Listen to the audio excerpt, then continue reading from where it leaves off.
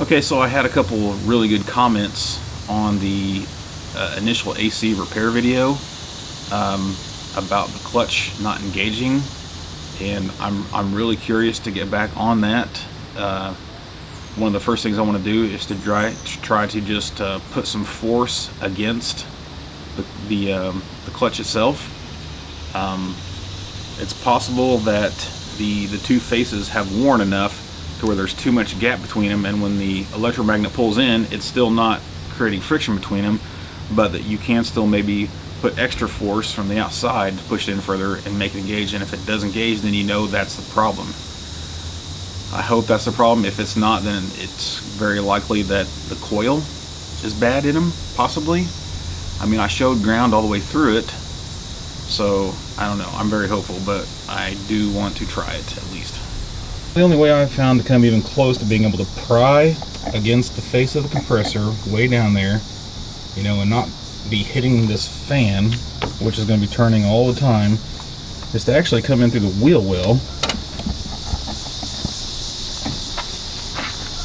like so.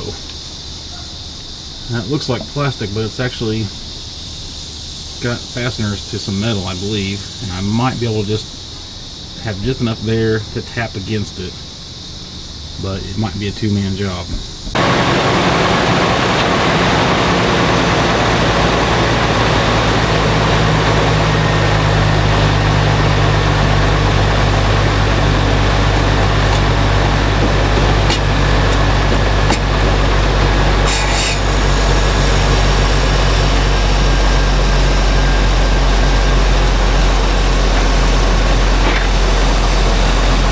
Well, it's trying to turn.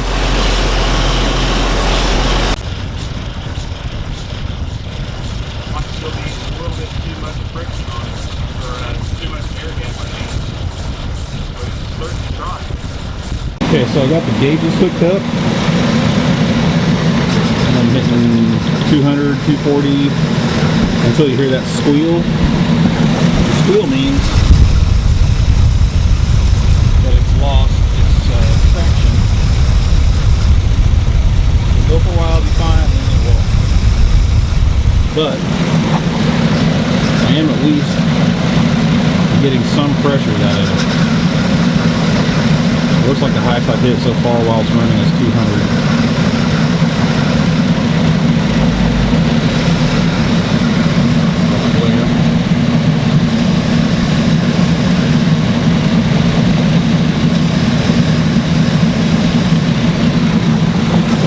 Side is on the dryer receiver, and then my high pressure was right down here. That's easy enough to hook up.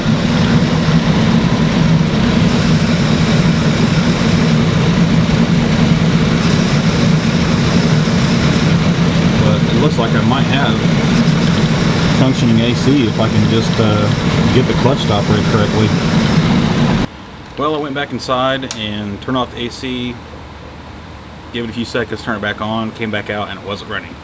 I wasn't really expecting it to, but we do seem to have what could be an easy fix for the AC, so I'm really glad somebody commented about that, and somebody gave me a link to a video too for ratchets and wrenches.